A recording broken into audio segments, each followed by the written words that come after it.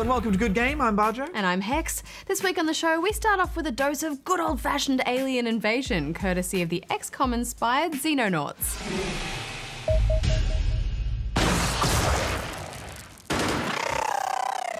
Also this week, we see what happens when you blend together Minecraft, DayZ and Rust in our first play of Unturned. G'day mate, you're right there. G'day mate, how's it going? You gonna be friends or I'm gonna have to shoot you? Well, that remains to be seen. Go away. Friend? And I screen cap the hell out of the beautiful Mind Path to Thalamus. Sounds like I might need to get my art face ready, Hex. What's your art face? Oh yes. And my own Sophia survived too, back home, or in this world. One had drowned, and the other. What are the odds of surviving the eye of the storm? Plus, Goose looks at the locally developed over-the-top tower defense, and I reminisce about one of my all-time favorite Mega Drive games. But first, can you name the game for this week?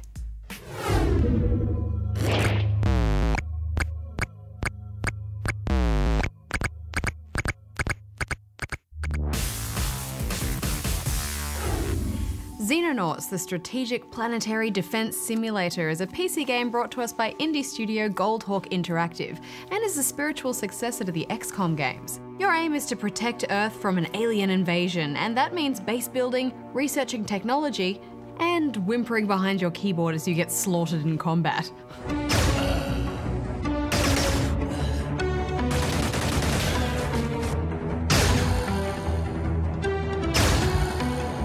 Hex, this game is super old school, and I know there are a lot of strategy fans out there who like their PC games to be brain-taxingly unforgiving, but Xenonauts does very little to ease you in. The game kind of just starts, doesn't it, with no story to give you any context and no real tutorial aside from a vague PDF for you to read. You're just left staring at a world map and a bunch of tabs that all relate to base management. Xenonauts just assumes you've played the old DOS XCOM from 1994 and then just leaves you to it.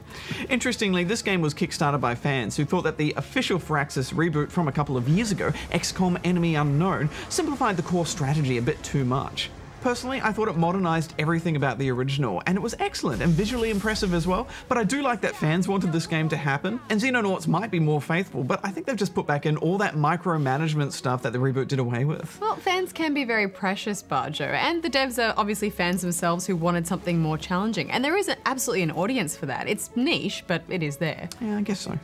Your geoscape is where you observe alien activity around the planet.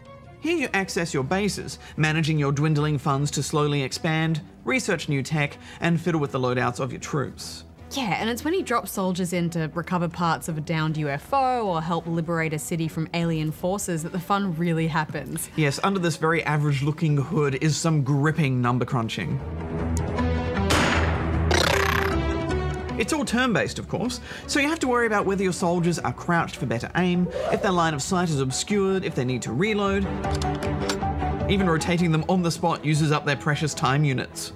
Yep, moving stuff around in your backpack is time penalized too. It's the sort of detail that really stresses you out. You invariably always stuff up your turn in some way and leave your troops vulnerable, and the aliens rarely miss their opportunity to fry you. It's punishing. Yes, it can be maddening, even tediously methodical at times, but after a while, Hex, I started to enjoy the challenge. If your soldiers survive to fight another day, their stats marginally improve. And then you're getting your hands on new gear, like better armor or vehicles, which makes you keen to get back into the battlefield to improve your tactics. At one point, I tried lining up the scout vehicle to pound the inside of a UFO with its machine gun. It only seemed to upset the aliens even more. Now, to be honest, those dated visuals didn't really do a lot to sell the experience very well. I mean, you spend more time staring at a giant hidden movement box than anything. I just felt a bit detached from it all. Yeah, me too. I also found the use of cover a bit confusing. I'd have a soldier standing behind a cover, only to find I couldn't shoot from there, so I'd have to move them out into open to get into line of sight. Can't they just lean and shoot? You're also meant to protect random civilians on the map, but they tend to run around like chickens, making it almost impossible to prevent them from a miserable death.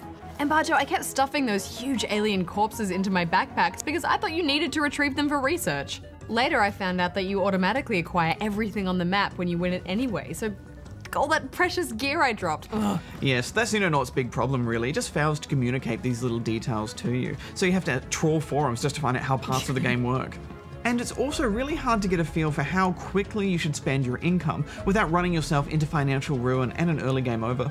I was constantly reloading earlier saves. It's a steep learning curve managing a global defense force. That's true. I was also always auto-resolving those airborne UFO encounters, because manually controlling them felt like some kind of science in itself. Again, some sort of in-game tutorial would have been helpful. Yeah, look, overall I found Xenonauts a bit too impenetrable, so it didn't engage me, but I can appreciate the level of depth on offer here, so I'm giving it 7. Yeah, it's such a shame this game is presented so poorly, because it has all the gameplay of a classic strategy title, so I'm giving it 7.5. And now it's time for the news with Goose.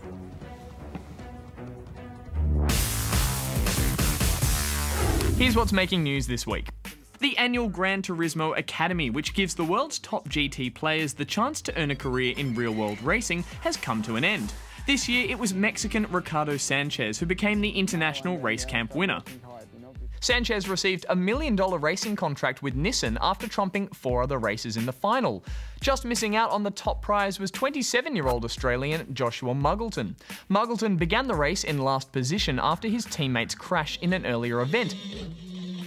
But he managed to place second, passing the most cars as well as setting the fastest lap on the day. Although obviously upset to miss out on the contract, Muggleton expressed that he will walk away proud from the performance. Games publisher Sega is moving to settle a class action lawsuit involving last year's Aliens Colonial Marines. The suit claims that Sega and developer Gearbox Software falsely advertised the game by showing demos that were misrepresentative of the final product. In order to settle, Sega has proposed a $1.25 million payout, which after court fees will award the estimated 135,000 claimants $5.44 each. Gearbox is still fighting the decision. This is not a conversation we're having. Look, you don't owe us nothing. A fan-made remake of the 1987 Metal Gear game has been cancelled after the developer failed to reach an agreement with Konami. The remake was said to have Snake's original voice actor David Hayter on board, as well as a number of high-profile developers. He sent a coded 2-word transmission. Metal Gear. At this point, it's unclear exactly what kind of disagreement caused the project's cancellation. And that's all the news for this week. Thanks, Goose. The world of Unturned may look colourful and lovely, but don't let that fool you, because underneath this playful veneer, there is only death.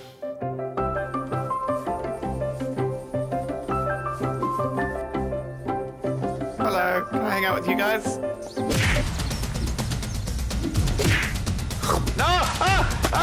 Help! That's me! Hi, Hex. You're very naked. Am I supposed to find clothes? What the? Why do you look like a dinosaur? Just keep going, there's something coming. We'll worry about it later. Yellow. Hello there.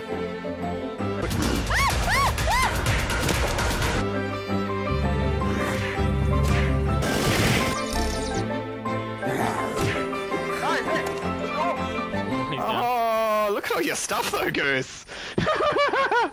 Unturned is a survivalist game currently in early access. Much like Rust or DayZ, your goal is to survive in a post-apocalyptic world. To do that, you'll need to fight hunger, I found a moldy cabbage. It's gonna be okay. dehydration, Yeah, I just found a canteen. I don't know how to fill it up though. sickness, Moldy milk's bad. and of course, other players. Yeah, boy. You'll also need to deal with such zombies as Chef Zombie and Sailor Zombie. Farm Zombie is my favourite Hex. I just like seeing zombies in hats. As you can see, Unturned takes its visual cues from Minecraft, Hi. Good face. Hello. Thanks. except you won't be digging down to explore with this game. Oh, zombies, run! More than likely, you'll spend most of your time just terrified and alone. Yes, but it's quite fun roaming this land and just trying not to die all the time. And you really have to watch out for those berries, because there's one in particular that sends you on a crazy trip. Berries. Just in time. Whoa!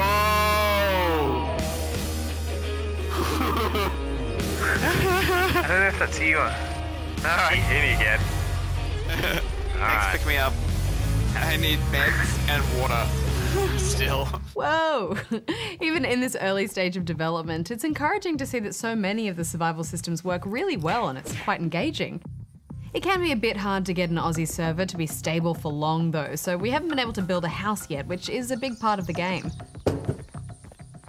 Bajo, I can foresee myself spending hours harvesting wood and building forts, planting seeds and making a nice little home for myself. And of course laying down lots of spike traps to decimate any intruders. Yes. And that's how this game reminds me a lot of Rust. I think eventually server gangs will form and forts will be defended. The map is relatively small at the moment, but there's some good landmarks. I like that you'll find seeds out on the farms and meds in hospital tents.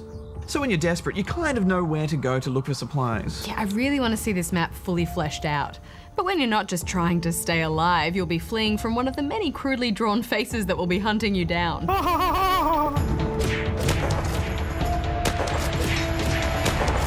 I don't know what it is about those paintbrush drawn faces, but they are seriously creepy. No way, I'm not going to kill you or anything. I don't believe you. Trust no one, that's what I've learned. Mormon Freeman. Hey. They do have a psychopathic stillness to them, don't they? Yeah, and it's because they're real players, and something about the way they move, it's just like a cartoon horror film or something. You can never tell what another player's true intentions are. Please don't kill me. Hi. Oh. Yes, this game has come straight from my childhood nightmares. In fact, it reminds me a lot of that old claymation Gumby, except Gumby's gone mad in a post-apocalypse and is on a bit of a rampage. I found it really interesting how this playful art style and, the wacky animations, in contrast to the violence, really raises the horror elements of this game. Yeah, I was surprised at how scary it was, especially at night, and then when you hear gunshots. Yeah, you know something bad is happening.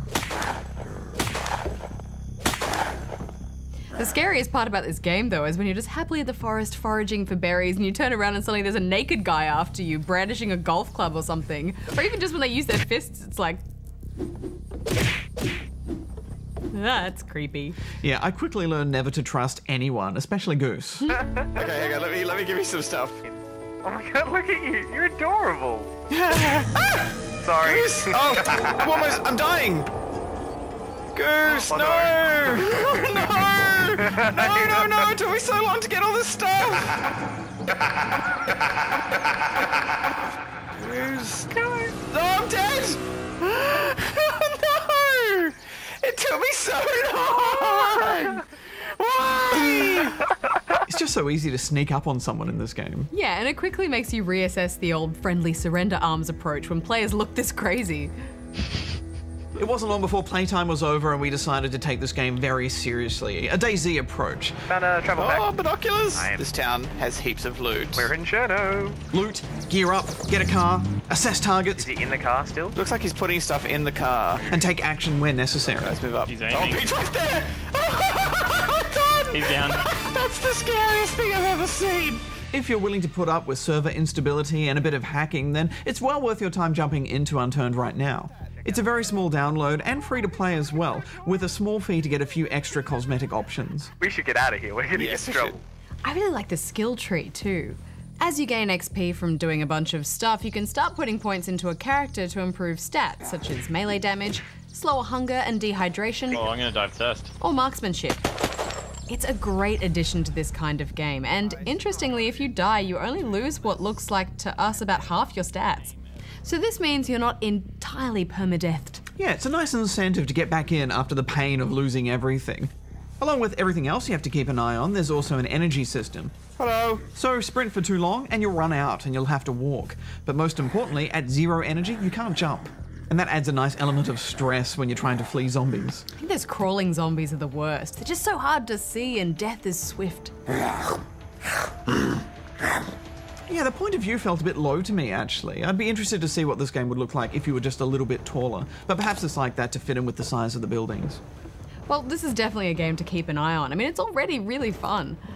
I just love those moments when a conga line of zombies is chasing you, but you still have time to put on a pair of pants as you flee. The clothes are great, aren't they? I also like that you can leave notes for other players, which is something that DayZ was trying to introduce a while back.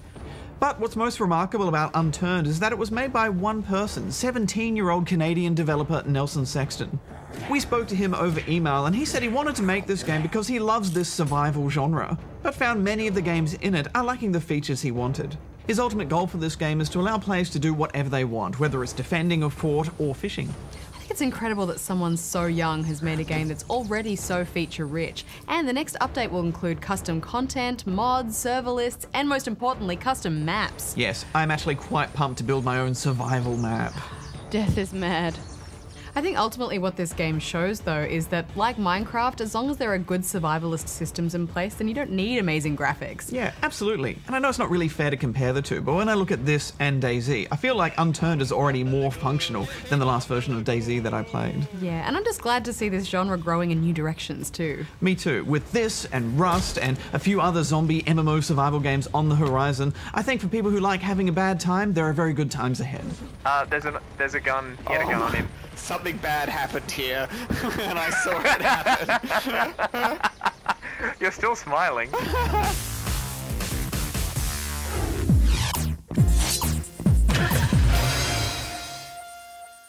1991 ushered in seminal gaming releases such as Sid Meier's Civilization, Lemmings, and Street Fighter II. But who cares about them, because we got Toejam and Earl.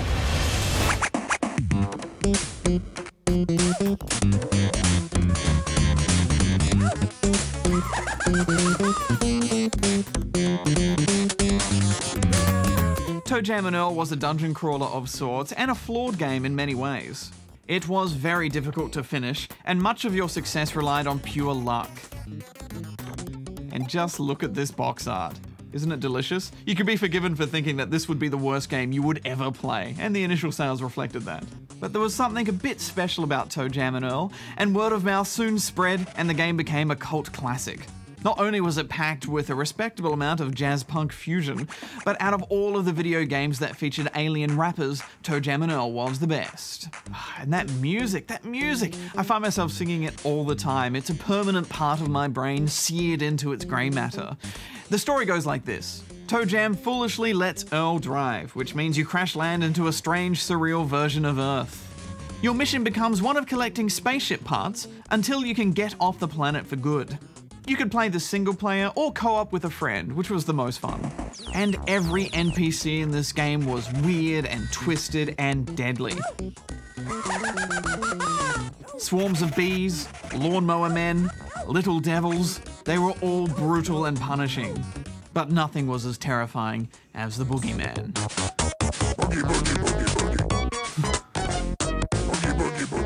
This game did a lot of fantastic things. For a start, it had its own soundboard, so you could create your own custom fat beats.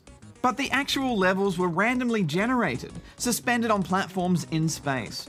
So each playthrough felt new and different. Elevators would take you to the next level, but if you fell off the edge, you'd be sent back to the previous one. And that happened a lot.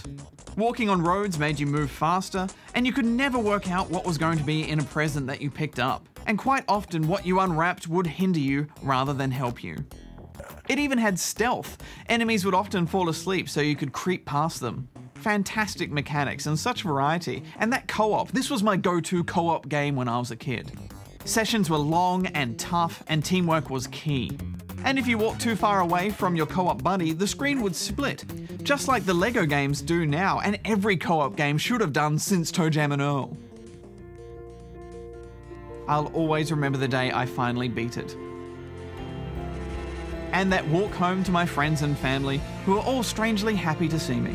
The sequel, Panic on Funkatron, was bland and messy in comparison, and became my first ever overhyped video game disappointment. Such was the power of that original oh-so-alien adventure. Jam on, Toejam and Earl. Jam on forever. OTTTD was one of the few games successfully funded by Screen Australia's Games Enterprise before the program was shut down earlier this year. Originally developed for mobiles, it's now been released on PC, and luckily, with a name like Over the Top Tower Defense, there was no guesswork as to what to expect here. Target down!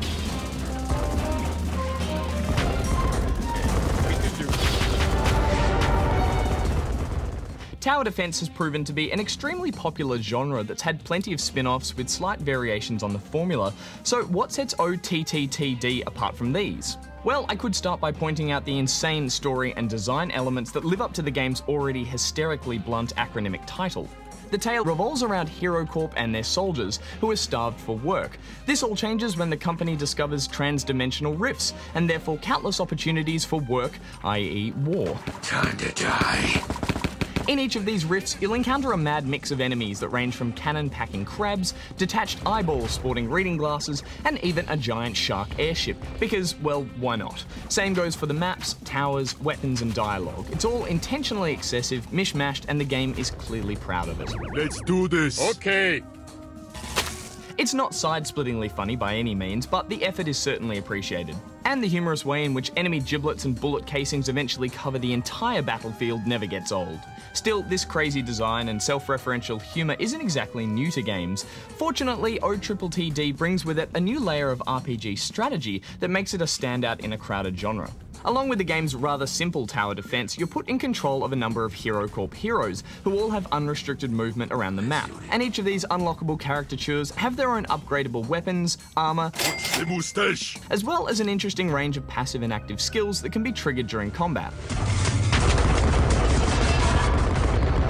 As well as utilising their class-based skills, such as an engineer that can remotely repair towers or a tank that can release a shockwave, the heroes also serve as a form of mobile towers in themselves, being sent around the map to cover gaps left in your defence. And kick some ass. Add this to the already manic task of building, upgrading and maintaining your towers, and you may find yourself occasionally seizing up with complete tower defence indecision. So keeping your cool in this style of game is key.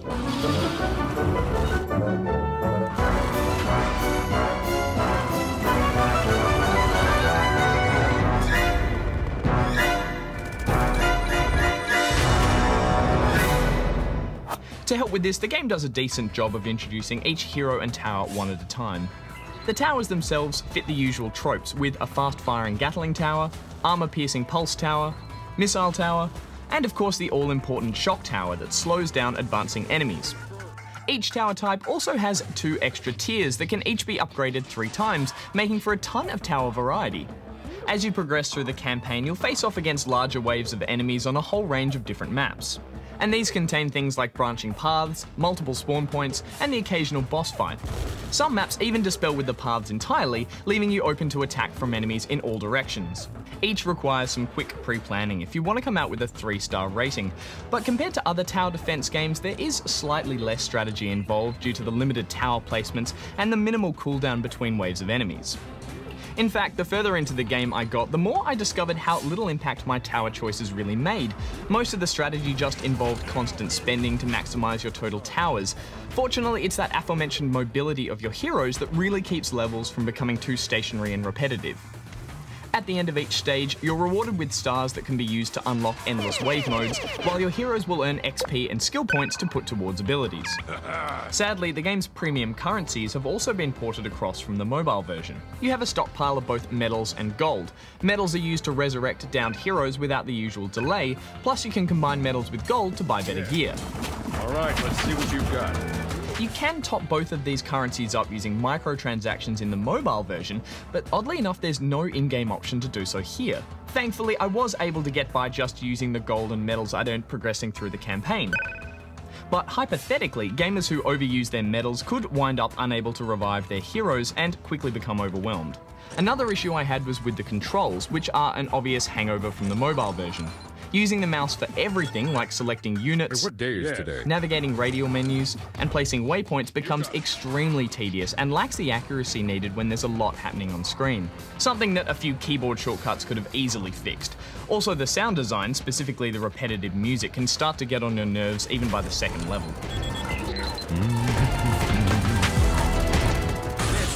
Beyond that, OTTTD is still a good tower defense game that makes up for its simple take on the genre with some interesting RPG elements. I'd say it still feels better played on a mobile device, but the bright graphics and crazy design still feel at home on a PC, so I'm giving it a 7. Man, I need to retire. I'm getting too old for this. Thanks, Goose. Well, the more PC indie games we're seeing pop up on Steam through their community-voted system, the more I'm starting to get excited about the possibilities, Bajo. Yeah, me too. And we've seen a few hits and a fair few misses, but it's interesting to see what early ideas the community latches onto. Well, Mind Path to Thalamus is another such game that got the go-ahead. At first glance, yes, it is a floaty existential walking puzzle game. But then stepping into this, wow, I had to hastily pick my jaw up from off the floor. I mean, beautiful doesn't even come close.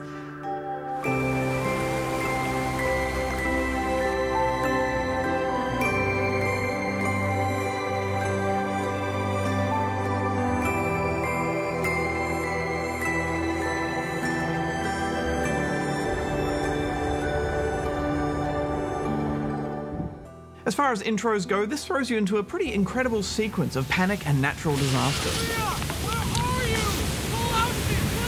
It's a great way to draw you in and set things up, but unfortunately it's ruined pretty quickly by some awful voiceover work. How many times will I kill her? I've asked myself that question 1,000 times. It was always there, flying around my head like my own personal vulture, waiting for me to die and scavenge my corpse. Yeah, there's very little left to subtlety here or piecing together of story. You're told right from the beginning that your daughter has died and you're burdened with guilt. And while you'll enter some incredibly abstract and symbolic areas, this annoying narrator is basically painting a picture for you of what it all means. Yeah, the writing is pretty clumsy. It's got this pompous inner monologue thing happening that sounds like it's been written by a high school student who's just gone nuts on a thesaurus trying to ace an essay. I did that a lot. At long last, I would see the Thalamus, the sacred tree, the root and end of it all. From the moment I saw it, I knew there was something intangible about it. Yeah, it's just one of those games where you just want to be like, shh, I can do this without you. Yeah, and it's such a shame because the puzzles are actually quite good, aren't they? They are. They start off simple with some basic platforming, though at times you do have to think outside the box. Trying to navigate areas with invisible structures, for example, and surfaces that aren't solid even though they appear to be. It's all a bit wacky, but that suits the very surreal surroundings really well, I think. You're often following the floating drawings of your lost daughter, talking about how you just want to find her again, and this is often interspersed with some strange journey through what seem like brain synapses or something. Like you're exploring your own subconscious mind, which ties into the game's title as the thalamus is a crucial part of the human brain. Yes, as far as concepts go, it's all a bit out there, but I found myself happily committing to this one quite quickly because A, you're walking at a half-decent pace, and B, the puzzles get steadily more unique and challenging. And it's so refreshing, Hex, because both of those things are normally where these kinds of games go wrong. As you continue to explore new areas and landscapes, each more stunning than the last, the challenges will shift and evolve. Some puzzles involve careful timing and the movement and placement of these ball things, which look like little bundles of veins or nerves. I always enjoyed that mechanic that triggered night, where everything takes on a new kind of beauty. I know we've already talked about this a lot, but the art design just got better and better the more we played. Yeah, plus there's consideration placed into the function of every aesthetic mechanic, which makes for puzzle solving that's both captivating and challenging. Each change you trigger in the world has an additional effect. Night brings forth portals, rain raises platforms, and these cogs affect time, changing the seasons and bringing old ruins back to their former glory for you to climb on. It's a world that you just want to spend time in. It's just such a shame that it was constantly sullied by that intrusive narration. Yeah. Forgive me. No one else could. Plus, some of those subconscious-based levels where you're just wandering around on brain pathways, they were a little lazy. Yeah, all the sections where you weren't really puzzle solving, but just outrunning some giant stomping mind monster, those felt a bit tedious. I think it's because they don't really involve skill, you're just moving through the actions for the sake of symbolism. And I suppose that's the developers just trying to find a way to visually express what the protagonist is going through. It all seems so anticlimactic. It's interesting that so many of these kinds of games are dealing with concepts of death and emotional trauma. Yeah, I think it's great that we're seeing more mature and complex subject matter in this medium. I think indie games are seeing a gap there and trying to fill it. Yeah, I agree with that, but I just think it's getting to the point where it's bordering on cliche a little bit. Yeah, when it comes to story and games like this, sometimes a simpler narrative can be better. Yeah, I mean, just that the puzzles and the setting do the work. I don't need all the brain stuff and the psychobabble. Personally, I would have preferred to piece together everything through the visuals and these fantastic set pieces that they've created. I totally agree. What are you going to give it? I'm giving it 7 out of 10. I'm going to give it 7 as well. It was all over in a split second. No dramatic exit. So, did you name the game for this week? I bet our heads are really big on your TV right now. It was Caveman Olympics, which was available on the NES, Commodore 64, and DOS way back in 1988.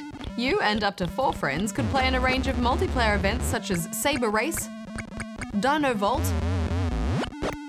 or Mate Toss. And it's our Name the Game because it was designed by Greg Johnson, who also brought us this week's memory cache, Toejam and Earl.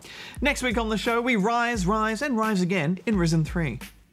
We rise thrice. What a wicked sense of humour fate has. Always placing our salvation in the hands of those least likely to care. A new hero has risen. And we try to solve the mystery of the swamp in the point-and-click detective grimoire. He's a different sort of creature. You're the detective, right? I'm a detective. And over on ABC3 this weekend on Spawn Point, our show for younger gamers, we check out the psychedelic Ho-Ho-Cum.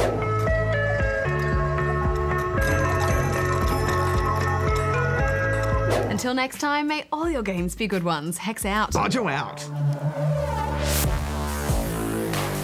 Just gonna try an Aussie server again because I'm getting kicked from that one. Red things in the ground. They look like. I was about to say landmines.